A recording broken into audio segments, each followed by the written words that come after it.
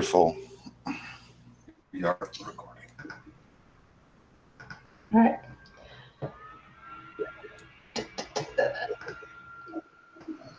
Let me see if I can figure out how to share my screen in the meantime.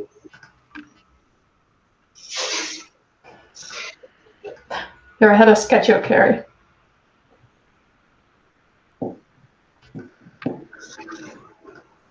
Just a question. This roadmap planning is for long term, mid term, or short term? Short term. Short term. But we'll get there.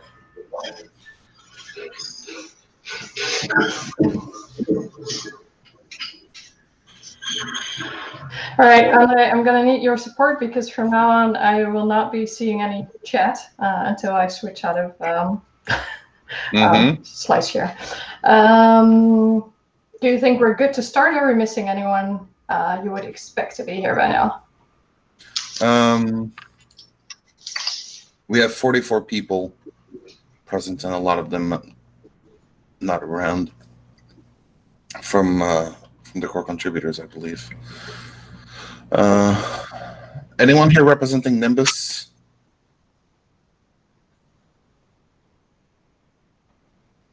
Let's take that as a no.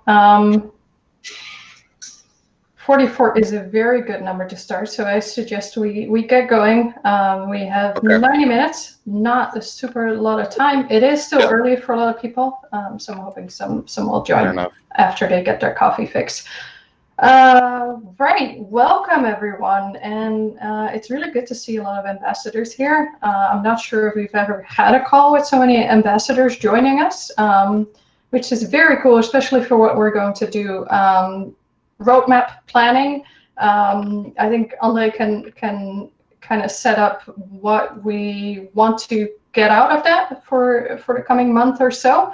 But let me briefly walk through what the next 90 minutes will be like, so you sort of know what to expect. So we'll start with a kickoff by Andre to kind of like point out the importance to us, what it is we'd like to get out of the session.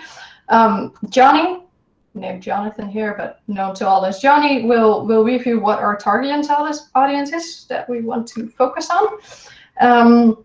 I'll walk through, I'm sitting here as driver results, but basically what do we think will get these target audiences to use status more people using status, and more people using status more often. And after that, so I'm hoping we'll kind of like brush through the first 3 steps. After that, we'll break out into groups. I'll invite you all to what is a mural board, probably mispronouncing that, MURAL is the tool if you want to look it up in the meantime, where we'll do some planning exercises, walking through a lot of the ideas that are already out there, and trying to kind of force fit or see how those map what we think will drive people to use status more often. And then after that, we come back, we share out what we've been discussing in each groups. We bring all the selected stories or ideas together, and we'll vote on those, and that will roughly be our sort of topics to focus on in the next month. And then what will happen after that is that we give the opportunity for some people who can join to also vote, and for the core team to review exactly what the feasibility is and what a logical order is in terms of implementation, based on like who can do what and what may or may not have already been implemented. With that, I hope it's clear. And then, Andre, I want to hand over to you to kind of lay it out for us. Why are we here? Yeah, so I'll keep it short and sweet. With any company and any startup, there are stages that you go through. We have taken a long time, but we've built something that will hopefully at least has the potential to leave a big dent in the universe. We are focusing 100% on giving people the privacy that they deserve on a time where everyone wants your data and everyone sells your data to everyone else. And then to me, like there's no more noble goal than that.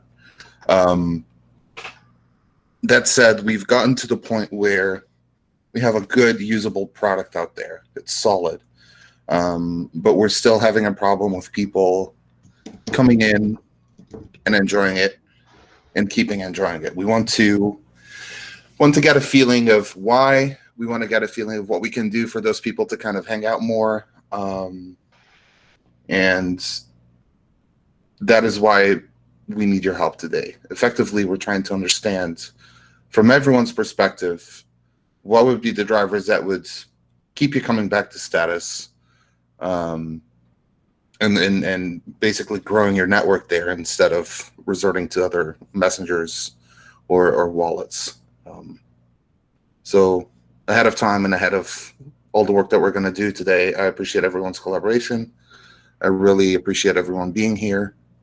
And as usual, you all look wonderful today. All right, thank you, Andre. Johnny, you've spent a lot of time thinking and writing about who our potential target audiences are, like who are the most likely people to benefit from status, already use status. Can you give us an overview of what the groups are that we should be focusing on right now? Sure. I'm going to go through this. I'm just going to share a document that is quite dense with a lot of information. Can you guys see? Yeah, it's coming up right now.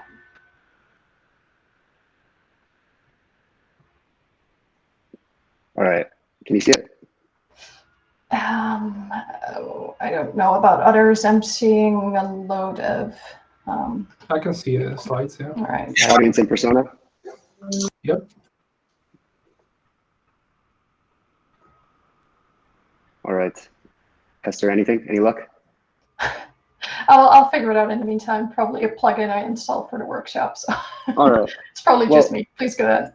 I'll jump through. I guess I wanted to start by saying that a lot of this is based off of conversation with people on the team and with people in the community, and just being pretty aware of how people talk about status, both on social and in our channels.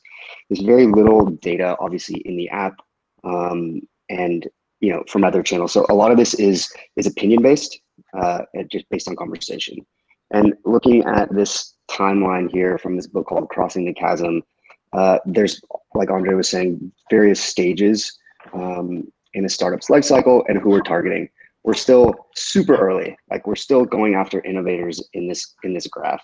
And with that, like that means we have to be hyper targeted in what we talk about, what we build, and we have to have a clear understanding of who we're building for. That leads me to my next kind of point here is, in conversation with the team and the community, there's this understanding that we are building for Ethereum related communities. So this is something Carl wrote and discussed. But there seems to be a lot of different interpretations of what that exactly is, which is fair considering the Ethereum community is growing, and there's a lot of different interests, a lot of different motivations, from principle based to financial motivations. So I kind of wanted to just take this time to lay out the various groups or subgroups that I've heard from people, and make sure that we all are clear about what they are and who we're building for. So once again, coming back to Carl's Discuss post, our first 15,000 DAUs are going to come from members of Ethereum related communities. Once again, this is who Status is. This is the community that we've joined that we've been a part of for many years. So it makes sense to go after them. And then, because we are building privacy centric tools, the next 50,000 or the next 75,000 DAUs will come from the privacy centric users, and then after that we can scale. So just looking at the Ethereum community, this is what I've identified, and there's actually one missing from here, but I'm just going to go down from size. Obviously, there's the DeFi community. It's probably the largest Ethereum group right now, just because of the usability of the Ethereum tools, the Ethereum products, and the financial motivation. It just seems to be the highest for these people. And looking at Twitter and social and various Telegram and Discord groups, it's the largest audience. looking at roughly 100 to 500,000 users. Once again, this is crude information, not based on any like hard data. The second community that I've identified are developers looking to integrate their products. It's pretty simple. Like, this is a community of developers, and that's what it is. Next group, general enthusiasts, so people who are just genuinely interested in the principles of Ethereum, the promise of it, the promise of the technology, and those who join various DAOs. Like, they want to be part of this. They want to be part of this community. They want to be part of the movement, if you will. And a good example of that is like the Ethereum cat herders. You're not developers by trade or by nature, but want to be involved. And then, some smaller subgroups, which are just very niche and like interest-based, are things like NFT and crypto art communities. We're looking at Super Rare. I think they just passed like $1 million worth of ETH on their platform. So while it's a niche group, it is growing, and it's very, very focused. Another example of that would be, common good or blockchain philanthropists. That's what I've called them. Groups like GiveEth or Archeries, or people who are using the tech for, altruistic means. A group that's not in here, and I apologize, is blockchain gaming. That seems to be a growing sector as well, and through conversations with partners like MakerDAO, that seems to be a big focus for them. And then lastly, it's us, and we've seen this in the Discuss threads. Like, we are the ultimate proponents of our product. We should be using it. We should be building for ourselves. So that's kind of like the high level groups, and I've gone through, and I'll share this out. So I won't go through all of this in detail. Once again, it's fairly dense in information, but a breakdown of who we are. We're building status. We know the product better than anyone. We know the nuances. We know the shortfalls, the shortcomings. We know the features. We know the lack of features in the underlying tech. We're all kind of, we're driven by principles. We're collectively driven by those. So we get that. And we're the most likely to use and share this with our friends, despite the lack of features. And you can consider subgroups of that, like the core team, desktop team, Embark, Nimbus, all the teams within status. We all have, our own specific needs and wants, but we're, driven to see this product succeed, and, the principles below it. So once again, I'll share this out. We all have different goals. There's pain points associated in the product. I won't go through all of these in detail now, just so we can move on.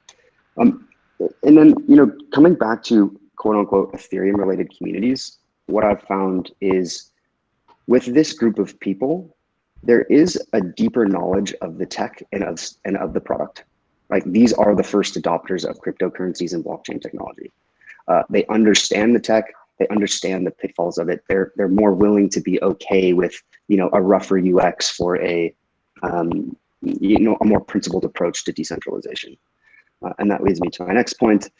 It is a principled group. There's a reason why they use DeFi tools as opposed to centralized finance.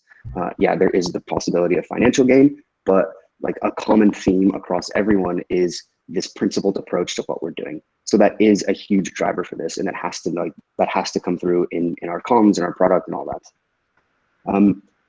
Lastly, I found status has been around for a while. The reputation maybe has changed over the years, but there is a general there's a general awareness of status as an organization. So this group of people know status, whether it's from the token sale, a few years ago, or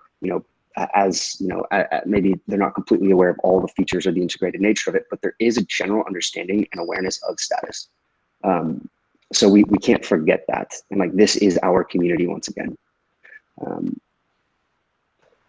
And then lastly, there is the crypto element, or the cryptocurrency element. So people own tokens, like they want a place to use them, and they're interested in Dapps and DeFi and gaming and whatever. They want to use Ethereum to its full potential, and a lot of that is driven through crypto. So that's just something to keep in mind, is that yes, we are building a messenger, but this community, they may not need, they want decentralized tools, but they also want access to Ethereum. And that's something that has come back quite a bit over the past few months in conversation, is this early thought of status into this window of Ethereum as a window into the world of Ethereum. And I mentioned this in my Discuss post, like that can be through Dapps and, the crypto and the tools we're building, but it's also into the communities that people join.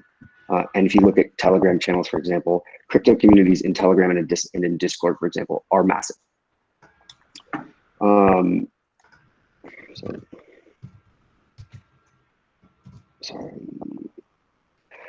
There's obviously different goals between subgroups, to be the first adopters, to be part of this movement. Once again, this principled approach, but I'm going to highlight two here is access and simple access and UX with Dapps and other Ethereum tools, right? The people who use DeFi tools, they want a clean experience with DeFi protocols. Like, it's pretty simple. Gaming, people who are into games or NFTs, they want a clean experience with those Dapps. But more than anything, what I've found is we want to collectively, they want to be part of the community. And right now it is a fairly fragmented ecosystem in the fact that you're using a tool, you're using a DeFi protocol in MetaMask or with MetaMask or Argent or whatever, but your community is in Discord or Telegram. So that is a massive driver and a massive motivation for a lot of these people. It's community driven. And then, the pain points, like, there's nothing crazy new here. A lot of these topics have been brought up and discussed and, mentioned by all of us many times. Is, a basic UX. There's issues with usernames, notifications, desktop, things like that. There are a lot of dApps in the ecosystem that aren't mobile optimized. Things like, that just create a bit of friction in the Ethereum experience. And I would say that there are higher level key takeaways, but for me, what really stands out are these two primary goals here: is access to dApps that people want to use, and the need and the want to join communities. And just coming back to these subgroups, so like that is if all of this is like the Ethereum related community or the Ethereum community at a very high level, then we've gone down and we've broken it down into smaller subgroups, and I've just touched on these, which is the DeFi users and yield farmers. It's no surprise that this is just like a huge movement right now, and it's financially motivating people to get involved in these protocols and these tools that maybe they wouldn't have used otherwise. It's definitely the largest subgroup, and it's definitely the most competitive group, with the various tools out there and trying to capture mindshare. Developers, like, once again, no surprise, like, this is a community of developers, and there's a whole bunch of stuff that I think we can do for them, and a whole bunch of things that I've heard from them. APIs to grow our ecosystem and give them the tools that they want to build. Productivity tools, they're using Discord, Slack, whatever you name it. And then once again is connecting with the communities that they've built. And developers, like, they're just like us, right? They join other communities, they join other protocols, they want to learn from other people. So it's not just this insular, singular, community around the product they're building. As mentioned before, another group is blockchain gaming.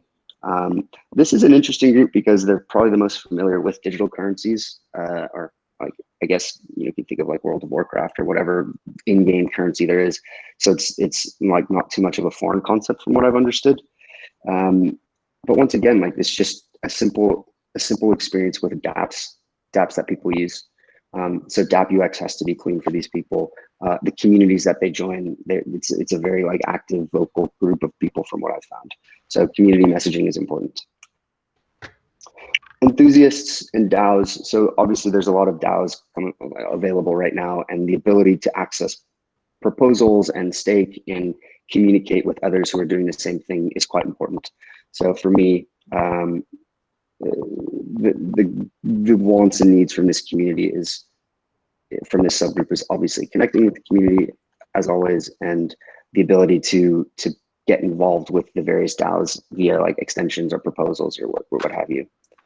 And then NFT and common good blockchain philanthropist groups, once again, two fairly niche audiences who want to access the dApps that they're interested in. Like, it's pretty simple. Like, there's nothing novel here around what these people want.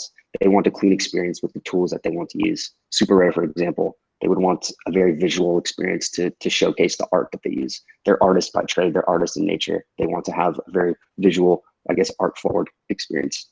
But more than that, once again, this common thread across all of the groups is the ability to engage with the community at a very natural way, in a very natural way.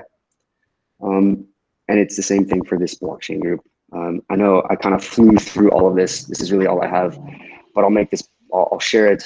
People can look through a bit more of the detail around the goals and pain points, but hopefully I've painted a high level picture of these various groups. And I think now we just have to collectively understand, or collectively, I guess, interpret, or have a collective interpretation of what these groups are. And that, yeah, hopefully that's it.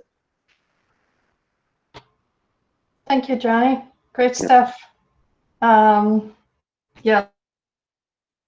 Let me reiterate your comment. What they have in common is engaging with community. I think that's what, like, out of the nuance that's in there for all the different groups, that seems to be one thing that we can keep in mind while we're also discussing ideas and user stories and whatnot. Hey, we have a new joiner. All right. In kind of like outlining how we would get to roadmap planning, I kind of took Johnny's story of like who's the audience that we're building for as step one, with step two for us to understand what are things that would support this community or these people to use status more often, to have more of these people use status more often. So in doing that, I asked some feedback from the different teams of core contributors. I do apologize, I'm not sure to what extent we had time to also send this request over to ambassadors. Was all pretty last minute. So that's why none of it's like super prescriptive, but I do want to share some of the results that we have now. It's based on limited input, and it's based on what can we do to get more DAO enthusiasts, so the people who, like, based on behavior, have actually joined the DAO because they tend to seem interested in decentralized governance as a kind of a proxy of like doing things differently. As well as what was also described in Johnny's slide, Ethereum cat herders, as well as developers looking to integrate their dApps or their products, which again, all have in common that they do look for a way to communicate with whoever it is that they're collaborating or sharing insights with. Is this legible? Like, can people see what I'm sharing on my screen? Because I imagine it might be a little bit too small right now. All right, can at least like a single person let's shout. Yeah. Okay. Good. Great. Okay, that's good to know.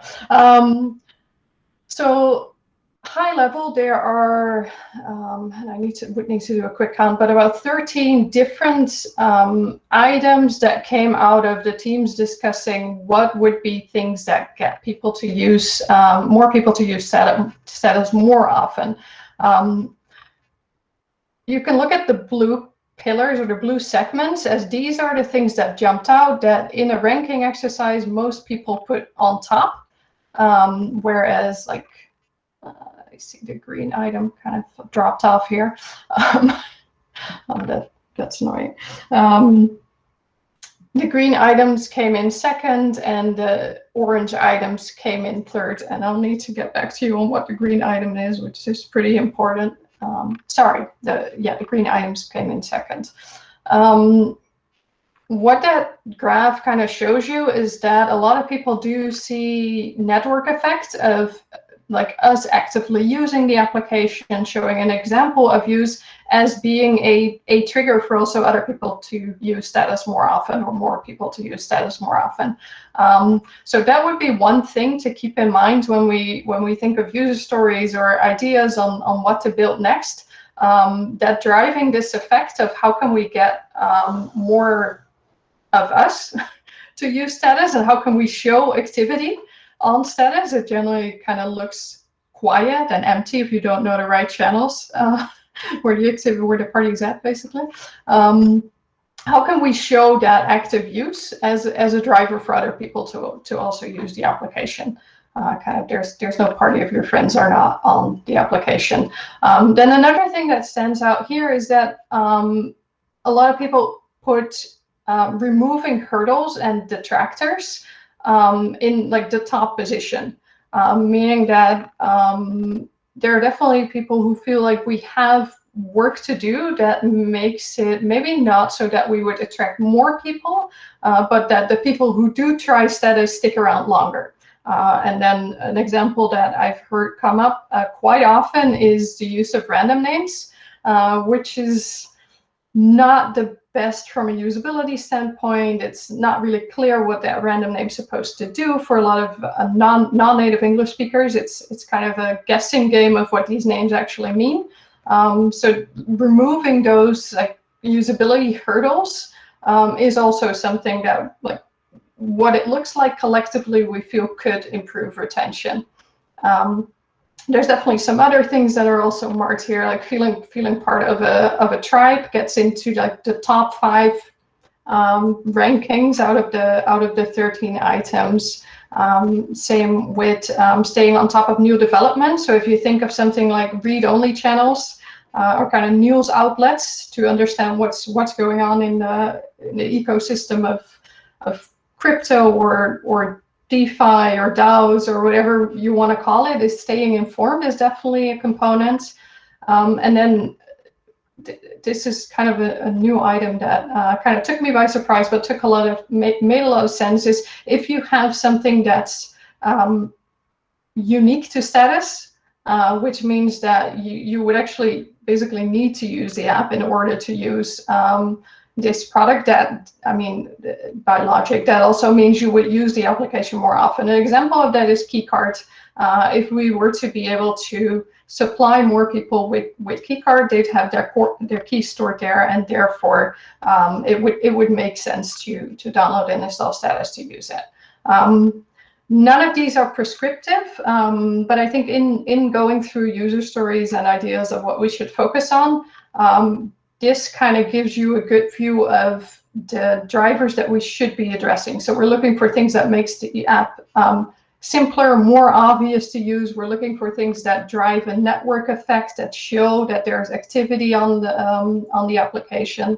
We're also looking for, I actually didn't highlight this just now, a sense of agency, having it be very visible that you can create your own community on status. You can have a look at each of these. There's clearly nothing that none of us found unimportant. So all of these do have a sway in getting more people to use status more often. That said, let me jump into our agenda here. We're more or less on schedule. What I want to suggest is that we break out into groups. And this is not an easy process, let's put it like that. We're on a call with 55 people, and we're going to have to organize ourselves into a workshop format. So yay, fingers crossed all of this goes well. What I've done is I used a tool to create groups, and it doesn't give me too many options, but it's given me groups by these people. But let me share my screen so we can get a look at the results we have now. No drum roll background sounds. 13 votes. In spite of it not being rated on feasibility, as an organization, I want to have a list of channels that I manage so that I can use status as a Slack Discord replacement. So channel organization. Got most votes here. Next up, as a user, I want to add a nickname to my contacts so that I don't get confused about who I'm chatting to or struggle to find the person I want to chat with in my contact list. Local contact names, very nice. As a user, I want to be notified when I receive a new message so that I don't have to check the app all the time. I'm just going to go ahead and already thank Andrea and Andre who are working on this. That shouldn't take too much longer. luckily, as it got a lot of votes as well. Status chat inside Dapps.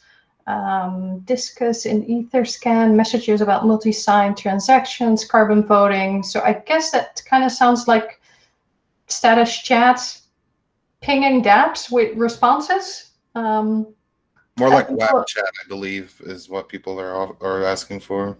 Got it. And who was in group purple? Yeah, this is for our group, and the idea, this is actually something Barry is actually working on, like a proof of concept.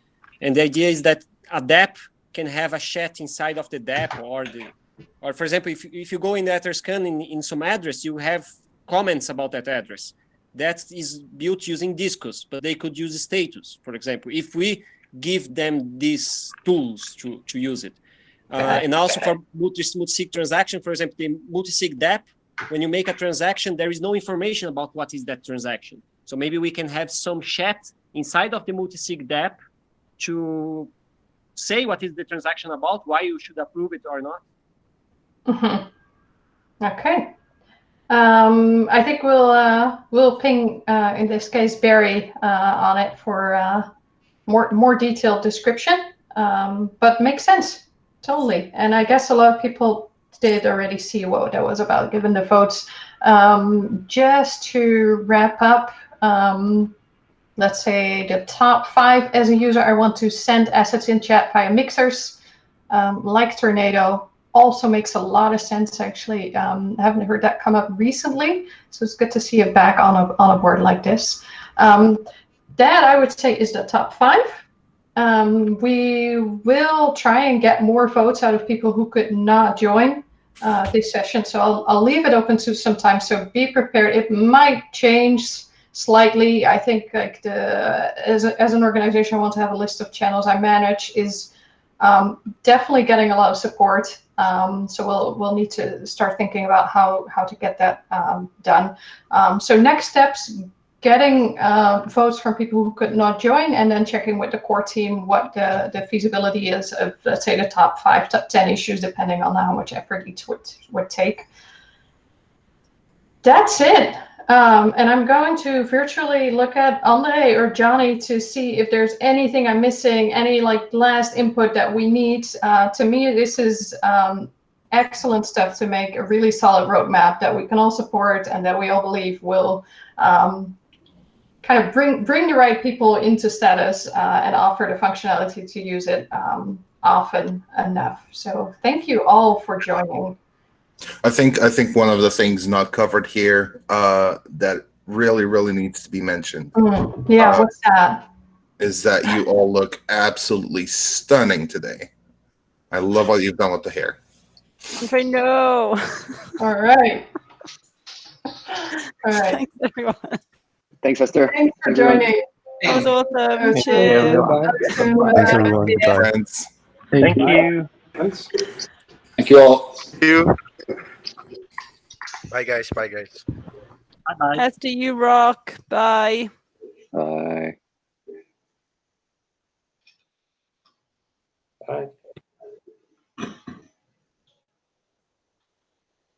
Shit. Какие все разбежались.